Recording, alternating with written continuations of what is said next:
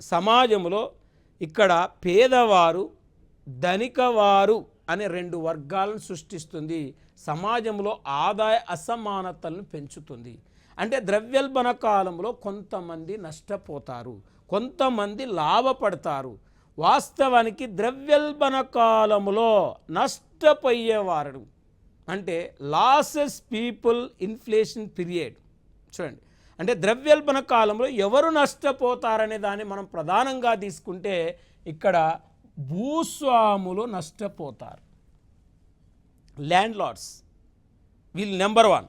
రెండవది రుణదాతలు నష్టపోతారు, అంటే అప్పిచ్చిన వాళ్ళు నష్టపోతారు. అప్పు తీసుకున్న వాళ్ళు బాగుపడతారు, అప్పిచ్చిన వాళ్ళు నష్టపోతారు. అంటే చూడండి, ద్రవ్యోల్బణ కాలం దినసరి శ్రామికులు, రోజువారీ శ్రామికులు, అంటే రోజువారీ శ్రామికులు ధరలు పెరిగినప్పుడల్లా వీళ్ళ యొక్క రోజువారీ వేతనాలు పెరగవు. కాబట్టి ఇక్కడ దినసరి శ్రామికులు ఎక్కువగా నష్టపోయే ప్రమాదం ఉంది. ఎక్కువగా ద్రవ్యోల్బణ కాలంలో నష్టపోయేది ఎవరంటే రోజువారీ శ్రామికులు, దినసరి శ్రామికులు. మరి ఈ రోజువారీ శ్రామికులు, దినసరి శ్రామికులు అంటే మనం చూస్తుంటాం. ఇక ఉద్యోగులు, ఏ ఉద్యోగులు ఎక్కువ నష్టపోతారంటే ప్రభుత్వ ఉద్యోగులు ఎక్కువగా నష్టపోతారు. చిన్న చిన్న ప్రైవేట్ ఉద్యోగాలు చేసేవాళ్ళు కూడా ఎక్కువగా నష్టపోతారు. చాలని జీతాలతో పనిచేసే వాళ్ళు ఇన్ఫ్లేషన్ పీరియడ్లో ఎక్కువగా దిగ్బంతి గురవుతారు, లాసెస్ గురవుతారు, ఆందోళనకు గురవుతారు. ఇక్కడ ఉద్యోగులు అంటే ప్రభుత్వ ఉద్యోగులను ప్రధానంగా ప్రస్తావించాలి. ప్రైవేట్ రంగంలో చిన్న చిన్న ఉద్యోగాలు చేసేవాళ్ళు ఎక్కువగా నష్టపోతారు ద్రవ్యోల్బణ కాలం. తర్వాత మధ్య తరగతి వారు, మిడిల్ క్లాస్ పీపుల్, అంటే ద్రవ్యోల్బణం ఎక్కువగా ఎవరిని సఫర్ చేస్తుందంటే మిడిల్ క్లాస్ వాళ్ళ మీద, మధ్య తరగతి వాళ్ళ మీద ఎక్కువ ప్రభావం చూపుతుంది. ఎందుకంటే వీళ్ళకు ధరలు పెరుగుతాయి కానీ వీళ్ళకు జీతాలు పెరగవు. కాబట్టి వచ్చిన జీతంతో రకరకాల వస్తువులు కొనలేక ఎక్కువగా దిగ్భ్రాంతికి గురవుతుంటారు, ఆందోళనకు గురవుతుంటారు మధ్యతరగతి వారు. మరి మధ్యతరగతి వారి మీద ఎక్కువ ఇంపాక్ట్ అనేది చూపెడుతుంది ఇన్ఫ్లేషన్ అనేది.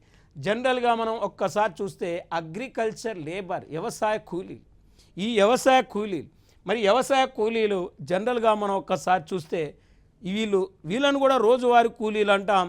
మరి వాళ్ళకు ధరలు పెరిగినప్పుడల్లా వేతనాలు పెరగవు. కాబట్టి ఇక్కడ వ్యవసాయ కూలీలు కూడా నష్టపోతారు ద్రవ్యోల్బణ కాలంలో. ఇంకా చిన్న రైతులు అంటే చిన్న సన్నకారు రైతులు అంటాం. ఈ చిన్న సన్నకారు రైతులు ఎందుకు నష్టపోతారంటే ఇక్కడ వాస్తవానికి వీళ్ళకు మెయిన్గా పెద్ద రైతులు ధరలు తక్కువన్నప్పుడు మెయిన్గా ఏమవుతారంటే వాళ్ళు స్టాక్ ఇక్కడ అంటే ఉత్పత్తిని ఆపేస్తారు, ధరలు పెరగగానే వాళ్ళు అమ్ముకుంటారు. అంటే ఎక్కువ ధరలు పెరిగే వరకు వీళ్ళు అప్పటి వరకు ఆగరు. కాబట్టి చిన్న సన్నకారు రైతులు నష్టపోతారు. స్థిర ఆదాయం గలవాలంటే ఫిక్స్డ్ ఇన్కమ్ గ్రూప్ అంటే ఎవరు వస్తారంటే ఉద్యోగులు, ప్రభుత్వ ఉద్యోగులు రావచ్చు, పెన్షన్దారులు రావచ్చు, ప్లస్ ఇంటి అద్దె మీద బతికే వాళ్ళు రావచ్చు, అంటే తర్వాత వడ్డీ కప్పులు ఇచ్చి బతికే వాళ్ళు రావచ్చు. వీళ్ళని ఫిక్స్డ్ ఇన్కమ్ గ్రూప్ అంటామండి.